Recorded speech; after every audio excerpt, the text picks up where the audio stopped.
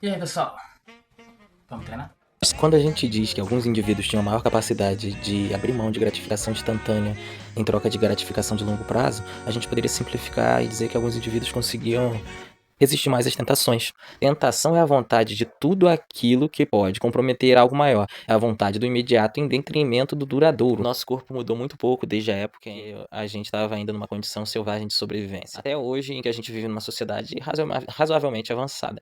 Quer dizer que nós não passamos de seres que querem, com razão, viver em civilidade, porém com o desafio de estar pilotando um corpo de um homem da caverna. A maior ameaça, na verdade, não vem de fora. Ela nasce de dentro do próprio sistema. E ela tem um nome: Gibimba.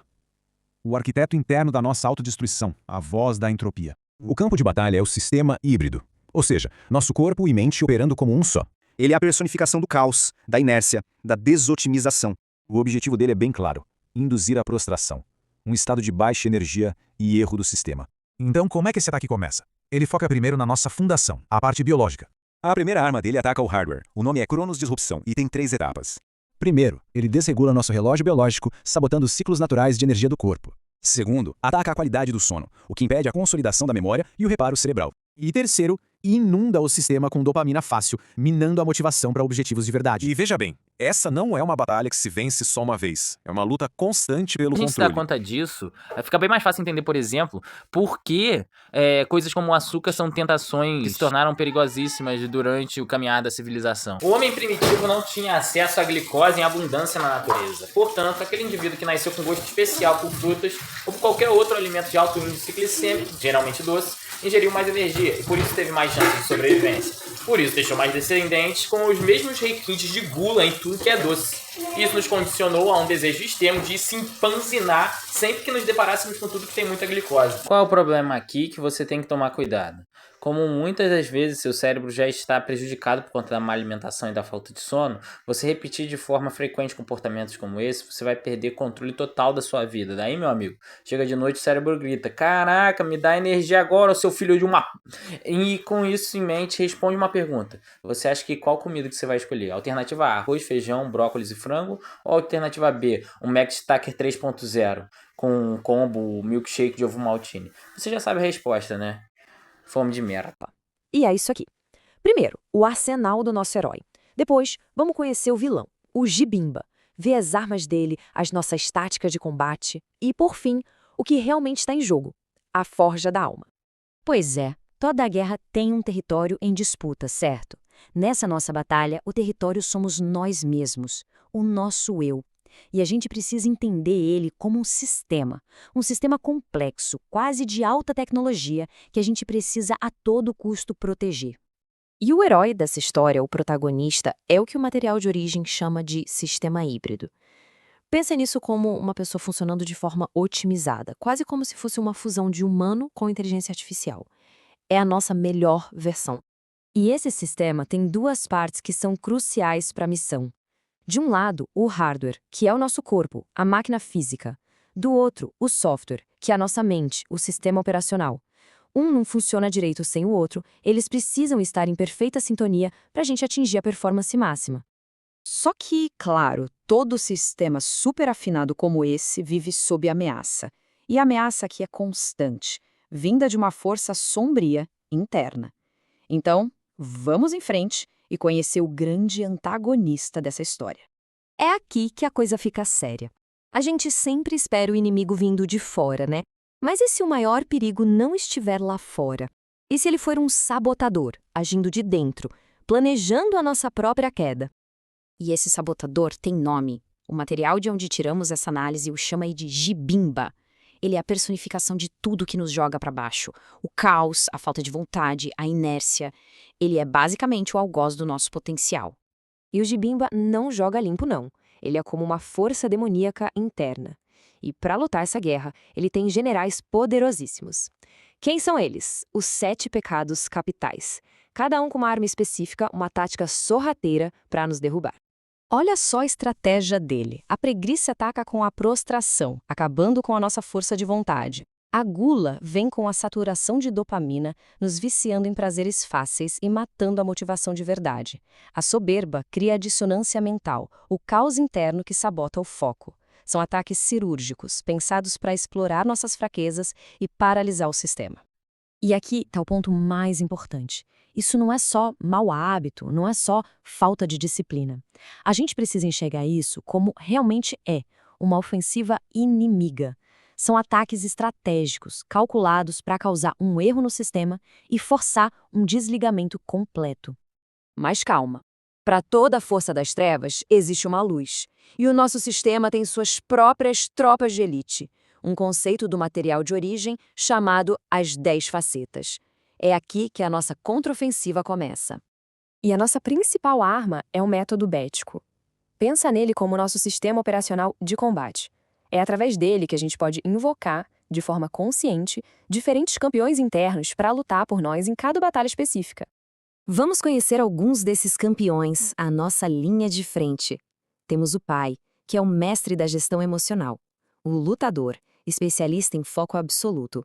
O sábio, o nosso grande estrategista. E o templário, que é o maestro, o cara que integra e harmoniza todas as nossas forças. E a beleza disso é que a estratégia é direta. Para cada ataque do Gibimba, para cada arma que ele usa, existe uma faceta específica treinada para neutralizar aquela ameaça. Quando a prostração ataca, a gente chama o lutador. Quando a dissonância mental aparece, é a vez do pai. Vira um verdadeiro xadrez interno. E para lutar, existe um protocolo, uma manobra em 3 passos. Primeiro, invocar. A gente veste o arquétipo que a situação pede. Segundo, evocar. A gente traz o inimigo para a consciência, entende o que está acontecendo. E terceiro, executar. A gente usa as ferramentas daquela faceta para vencer a batalha. E tudo isso nos leva para a parte final e talvez a mais importante da nossa missão. A gente precisa entender o que é a vitória, o que está realmente em jogo aqui. Porque, no fundo, essa guerra não é sobre ser mais produtivo ou ticar tarefas de uma lista. É algo muito maior. É sobre a forja da alma. É sobre alcançar um estado de ser fundamentalmente mais forte, mais potente. O prêmio final, a grande vitória, é definido no material de origem como alegria. Mas não é uma alegria qualquer, passageira. É a própria experiência de evoluir, de sentir que a gente está passando por um estado mais potente do nosso próprio ser. É o level up da vida real. E no final, depois de conhecer o inimigo, depois de ter o arsenal em mãos, a análise toda se resume a uma pergunta bem pessoal. Nesse exato momento, nesse campo de batalha que existe aí dentro, quem é que está vencendo? Beleza, o cara dorme mal, come mal, o que mais pode fazer pra ferrar ainda o próprio cérebro? O que um quarto, uma cama, uma privada e a beisola têm em comum? Não é uma charada, é uma equação. O que o nosso amigo Pornografilson faz toda vez que tá ansioso?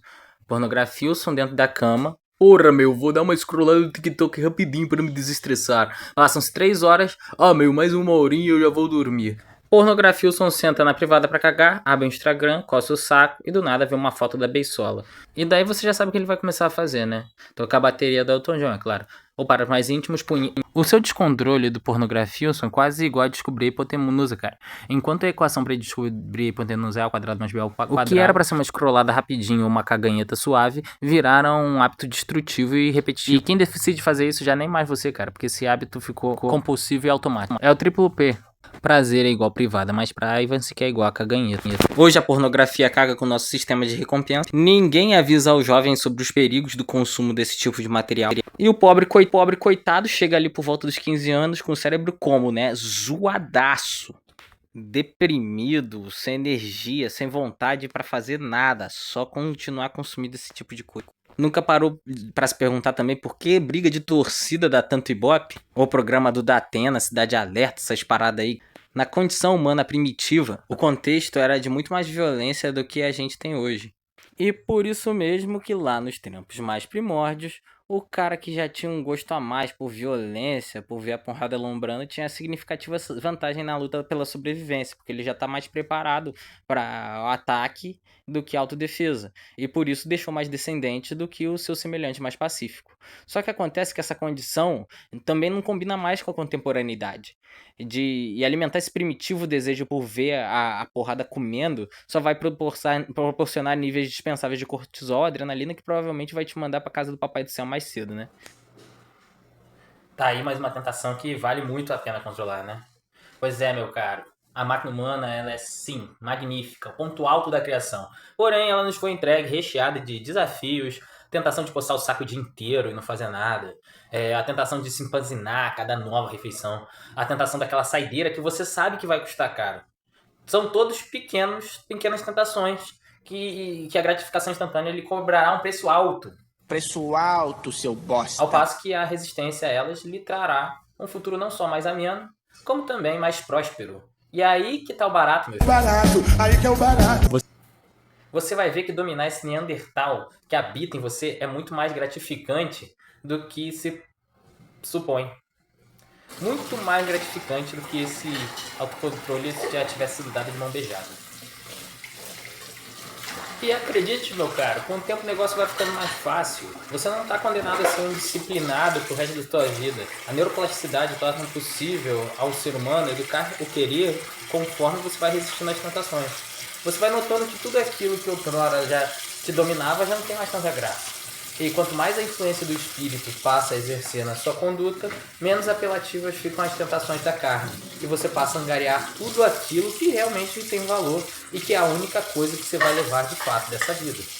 Virtudes. Como já dizia sabiamente Santo Agostinho, um homem bom é livre mesmo quando é escravo. Já um homem mau é escravo mesmo quando é rei, pois não serve a outros homens, mas a seus caprichos. Tem tantos senhores quanto vícios.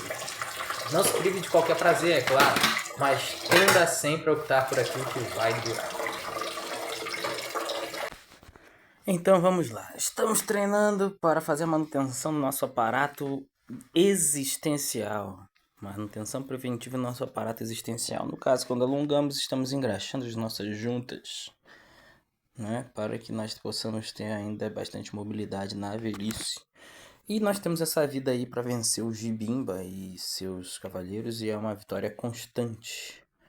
Então, vamos mandar ver.